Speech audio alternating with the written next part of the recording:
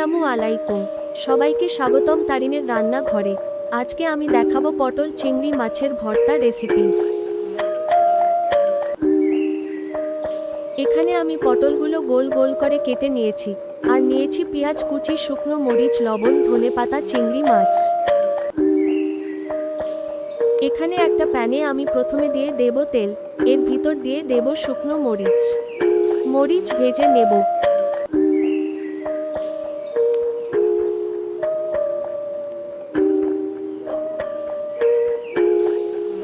ভাজা হয়ে গেলে দিয়ে দেব পেঁয়াজ কুচি, পেঁয়াজ ভেজে নেব।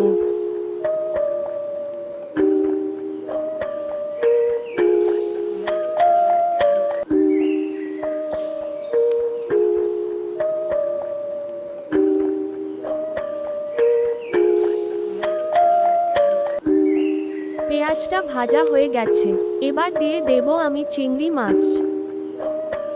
চিংড়ি মাছটা ভেজে নেব।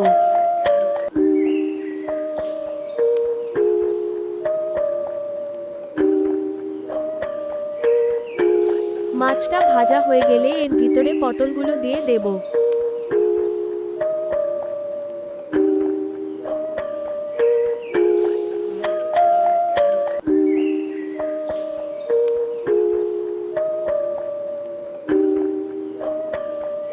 এবার লবণ দিয়ে নেড়েচেড়ে একটু পানি দিয়ে ঢাকনা দিয়ে ঢেকে দেব।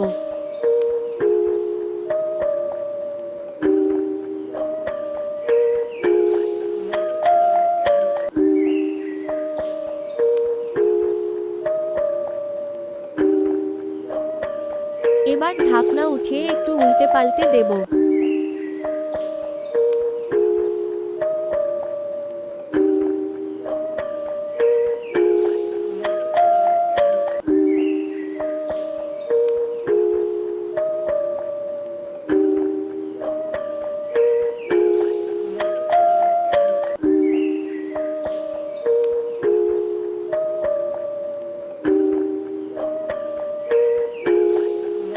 জালটা কমিয়ে 10 মিনিটের মতো রেখে দেব।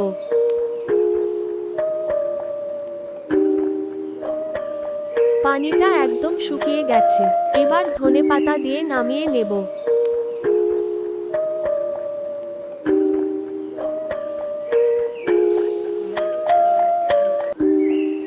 এবার ভর্তার জন্য রেডি।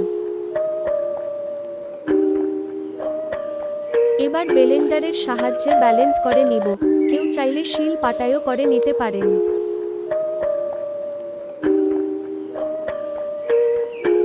তৈরি হয়ে গেছে মজাদার পটল চিংড়ির ভর্তা। না খাইলে কেউ বুঝবেন না এটা এত মজার।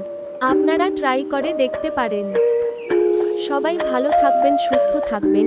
ভিডিওটি ভালো লেগে থাকলে লাইক দিয়ে চ্যানেলটিকে সাবস্ক্রাইব করে রাখবেন। আল্লাহ হাফেজ।